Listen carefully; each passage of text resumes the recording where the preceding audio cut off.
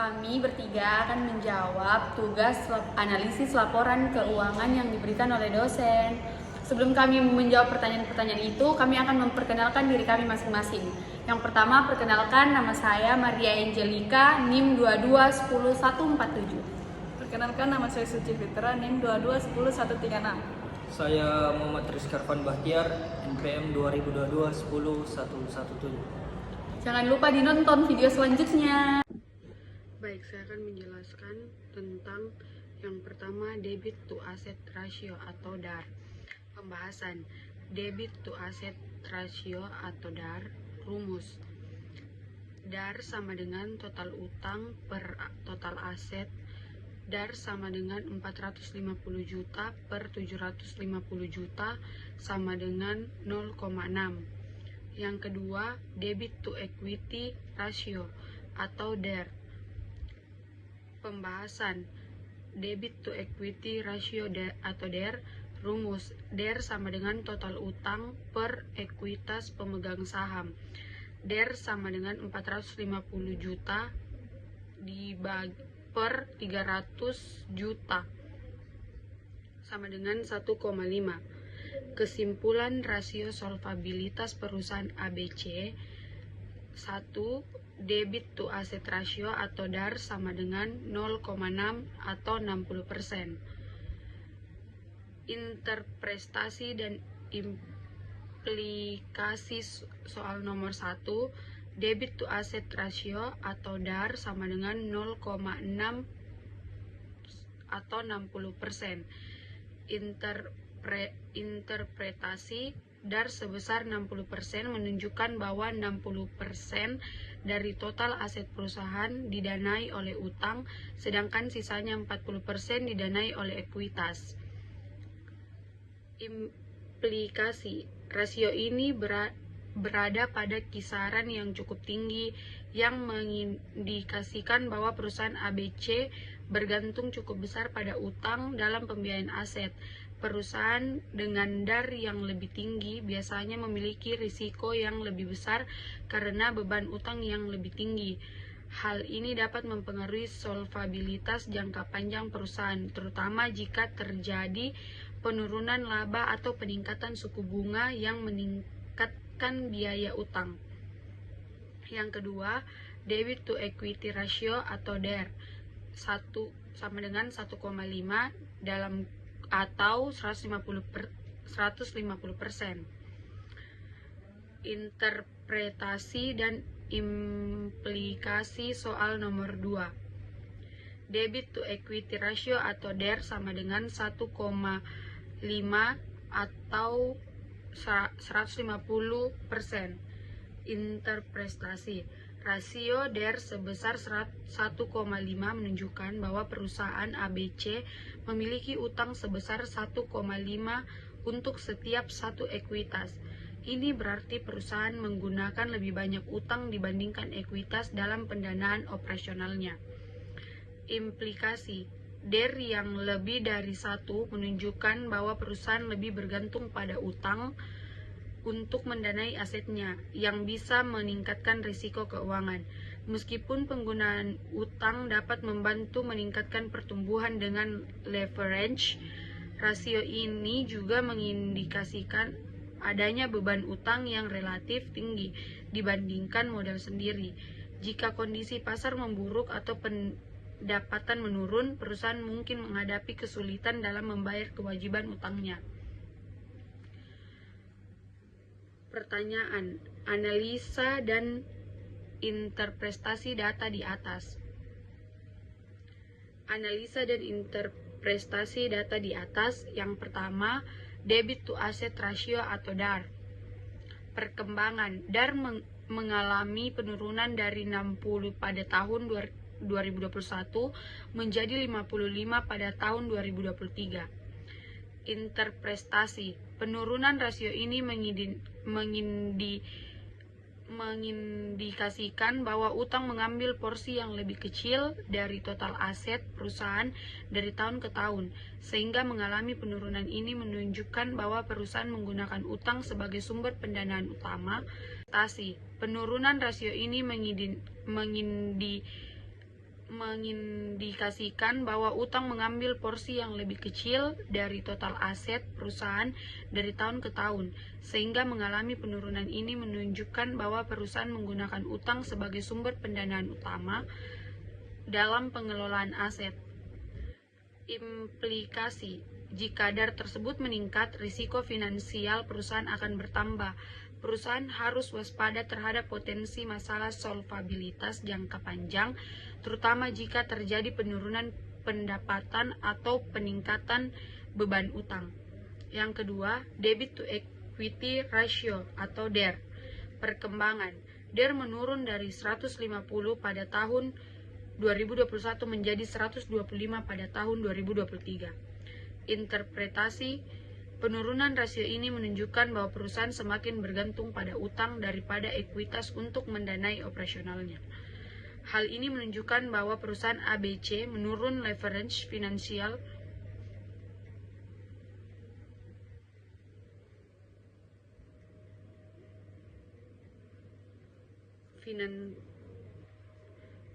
dari tahun 2021 sehingga tahun 2023 mengalami penurunan yang mungkin tidak terjadi potensi pengambilan investasi, tetapi juga meningkatkan risiko keuangan. Implikasi: jika DER mengalami penurunan tetapi perusahaan bisa menghadapi tekanan yang lebih besar untuk memenuhi kewajiban utangnya, tingginya risiko ini menuntut pengelolaan arus kas yang lebih hati-hati agar tidak terjadi gagal bayar. Selanjutnya akan dijelaskan oleh teman saya. Baik, saya akan melanjutkan menjelaskan yang ketiga, equity to asset ratio atau ER. Rumusnya itu ekuitas pemegang saham bagi total aset, yang dimana R-nya itu 300 dibagi 750 sama dengan 0,4. Yang keempat, TR-nya itu laba operasional dibagi beban bunga, yang labanya itu 100 dibagi 20 sama dengan 5. Interpretasinya itu yang nomor 3, equity ratio sebesar 40% menunjukkan bahwa hanya 40% dari total aset perusahaan yang dibiayai oleh ekuitas, artinya hampir 2/3 dari aset perusahaan ABC dibiayai dengan utang. Implikasi rasio ini mengindikasikan bahwa struktur modal perusahaan ABC cukup dipengaruhi oleh utang dibandingkan ekuitas. Meskipun utang dapat meningkatkan laba ketika perusahaan tumbuh terlalu rendah, equity ratio menunjukkan risiko solvabilitas yang lebih tinggi. Jika kondisi bisnis memburuk atau terjadi krisis keuangan, perusahaan mungkin mengalami kesulitan dalam memenuhi kewajiban utangnya. Yang keempat itu ada TIR. Interpretasinya itu TIR sebesar 5 kali, berarti perusahaan hampir membayar beban bunga utangnya sebanyak 5 kali lipat dari laba operasionalnya. Dengan kata lain, laba operasional perusahaan mencukupi untuk menutupi pembayaran bunga beberapa kali lipat. Implikasinya itu TIR yang lebih tinggi dianggap lebih baik karena menunjukkan perusahaan mampu mengatasi beban bunga dengan lebih mudah. Rasio 5 kali ini menunjukkan posisi keuangan yang relatif sehat terkait kemampuan perusahaan ABC dalam membayar beban bunga. Perusahaan masih memiliki ruang untuk mengambil lebih banyak utang, tetapi harus berhati-hati agar tidak menurunkan TIR ke tingkat yang lebih rendah.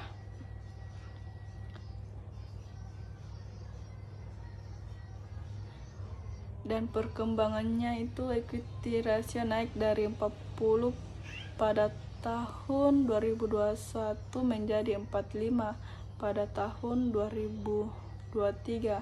Interpretasinya itu kenaikan ini menandakan bahwa proporsi pendanaan yang berasal dari ekuitas semakin meningkat dari tahun ke tahun. Artinya struktur modal perusahaan semakin didominasi oleh ekuitas. Implikasinya itu naiknya equity ratio menunjukkan bahwa perusahaan ABC menanggung risiko yang lebih rendah dalam hal solvabilitas terjadi peningkatan laba dan tidak mengalami peningkatan biaya utang. Perusahaan juga tidak mengalami kesulitan dalam memenuhi kewajibannya. Perusahaan perlu mengevaluasi penggunaan utangnya untuk memastikan struktur modal tetap seimbang agar tidak terjadi penurunan. Yang perkembangan TIR itu, TIR naik dari 5 kali pada tahun 2021 menjadi 7 kali pada tahun 2023. Interpretasinya itu, kenaikan TIR menunjukkan bahwa kemampuan perusahaan untuk membayar beban bunga dari laba operasionalnya semakin bertambah, meskipun masih di atas ambang batas aman lebih dari 1 kali. Tren kenaikan ini menunjukkan bahwa utang yang dibangun oleh perusahaan semakin kecil dibandingkan pendapatan operasional yang dihasilkan. Implikasi kenaikan TIR ini tidak perlu diawasi dengan ketat. Jika tren naik berlanjut, perusahaan mungkin akan semakin meningkat dan memenuhi kewajiban bunga di masa depan. Ini juga menandakan bahwa pengelolaan utang yang lebih hati-hati diperlukan untuk menjaga kesehatan keuangan. Baik, lanjutkan teman saya. Saya akan melanjutkan menjelaskan nomor 5 beserta kesimpulannya. Di sini ada LDC atau utang jangka panjang. Rumusnya utang jangka panjang ditambah ekuitas pemegang saham. Di sini utang jangka panjangnya sebesar 300 dan ekuitas pemegang sahamnya 300 ditambah sama dengan 600. 300 bagi 600 sama dengan 0,5.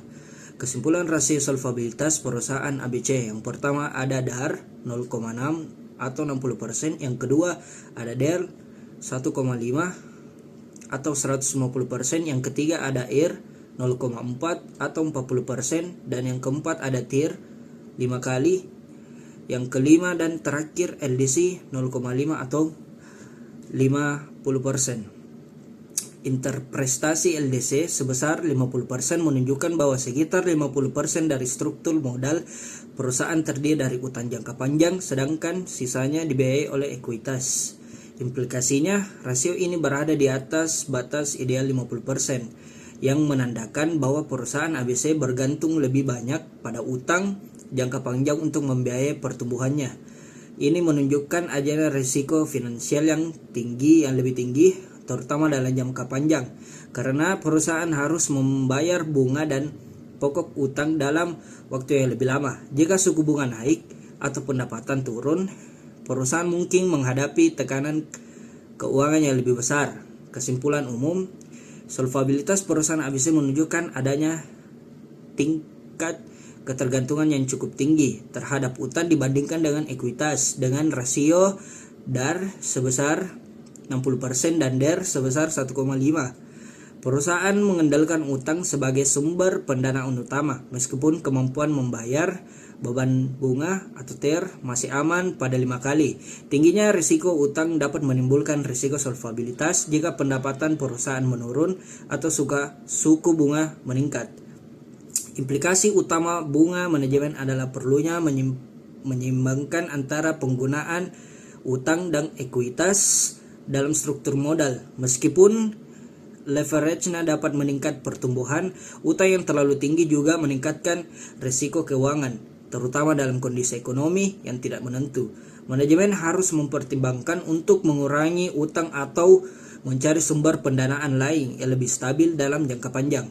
Selanjutnya, LDC perkembangan rasio meningkat pada 4 tahun 2021 menjadi 6 pada tahun 2023. Interpretasinya, peningkatan rasio ini menunjukkan bahwa sebagian besar pendanaan jangka panjang perusahaan berasal dari utang jangka panjang. Semakin besar proporsi utang jangka panjang, semakin besar pula beban bunga dan risiko finansial jangka panjang perusahaan. Implikasinya, peningkatan ini menandakan adanya peningkatan risiko dalam hal ketergantungan terhadap utang jangka panjang. Jika perusahaan tidak dapat memenuhi pembayaran utang di masa depan, solvabilitasnya dapat terganggu. Sebaiknya perusahaan mengelola utang jangka panjang dengan lebih hati-hati untuk mengurangi risiko likuiditas di masa yang akan datang. Kesimpulan umumnya, yang pertama, secara keseluruhan rasio solvabilitas perusahaan ABC menunjukkan tren peningkatan ketergantungan pada utang dan penurunan profesi pendanaan dari ekuitas. Yang kedua, peningkatan leverage finansial ini memberikan potensial peningkatan laba ketika perusahaan tumbuh, tetapi juga peningkatan resiko keuangan terutama jika terjadi kondisi pasar yang buruk atau peningkatan suku bunga. Dan terakhir, perusahaan yang perlu memperhatikan TER yang terjadi peningkatan karena sewaktu-waktu bisa saja menurun, bisa saja naik, serta evaluasi gangguan utang jangka panjang yang semakin dominan dalam struktur modal. Langkah-langkah pengelolaan risiko keuangan yang lebih hati-hati agar tidak dapat terjadi penurunan sehingga diperlukan untuk menjaga solvabilitas jangka panjang. Terima kasih.